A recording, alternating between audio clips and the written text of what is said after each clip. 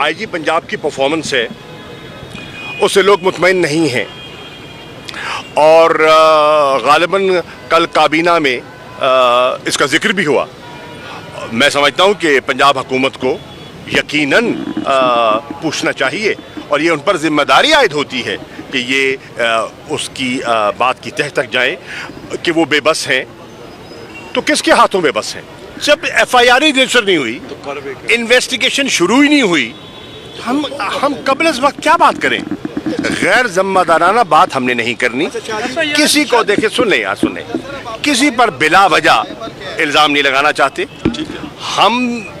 ہمیں تشویش ہے، ہمارے ذہنوں میں سوال اٹھ رہے ہیں، اور اس کا ایک سیکوینس ہے، وہ سیکوینس بیان کیا گیا جو اگر آپ ہماری ایف آئی آر جو کہ رجسٹر نہیں ہو رہی، اگر آپ اس ایف آئی آر کا جو عنوان کے بعد جو پہلا اس کے پیرا ہے اس کو دیکھیں تو اس میں اس سیکوینس کا ذکر ہے کہ یہ جو چیزیں انفولڈ ہو رہی ہیں یہ ایسے نہیں ہو رہی، یخلق نہیں ہو رہی، یہ اس کے محرکات ہیں، اور ان معاملات کو غور سے دیکھنے کی ضرورت ہے۔ ابھی تک جو کمپلیننٹ ہیں ان کی ایف آئی آر رجسٹر نہیں ہوئی۔ ایف آئی آر جو ہوتی ہے وہ فی الفور کروانے کی کوشش کی جاتی ہے، اور کمپلیننٹ کا یہ حق ہوتا ہے کہ وہ اپنا نقطہ نظر ایف آئی آر کے ذریعے، فرسٹ انفارمیشن رپورٹ کے ذریعے پولیس تک پہنچائے۔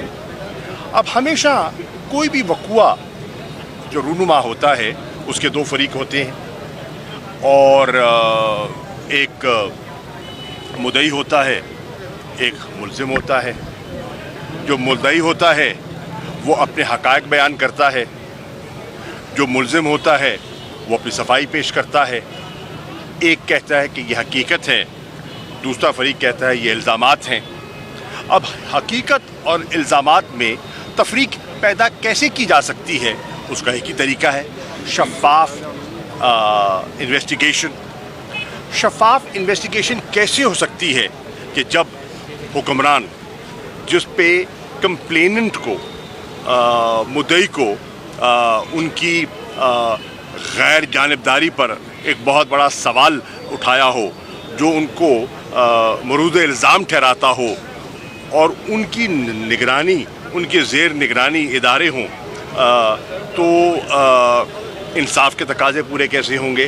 یہ ایک بہت بڑا سوال ہے جو آج اٹھ رہا ہے کہ ایک پولیٹیکل پارٹی کا چیئرمین، جو ملک کی واحد ہماری نظر میں وفاقی جماعت ہے، ایک ملک کا مقبول ترین سیاسی لیڈر، جو نہ صرف مقبول ترین ہے بلکہ سابق وزیر اعظم بھی ہے اس ملک کا، وہ اس پر حملہ ہوتا ہے، اور ان کے عزیز جاتے ہیں متعلقہ تھانے، وہاں ایف آئی آر رجسٹر کرانے، اور وہاں تھانے میں تاریکی ہوتی ہے اور لیت و لال سے کام لیا جاتا ہے، اور جو پولیس کا عملہ ہے وہ جسے کہتے ہیں نا، وہ لگتا ہے کسی دباؤ کا شکار ہے اور ان کو انٹرٹین نہیں کر رہا۔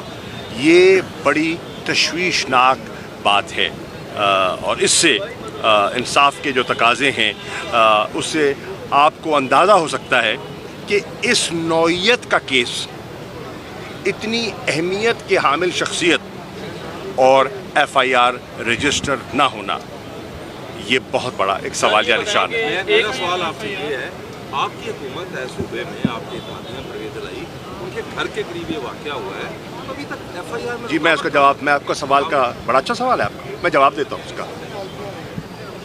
راول پنڈی میں کل احتجاج ہوتا ہے،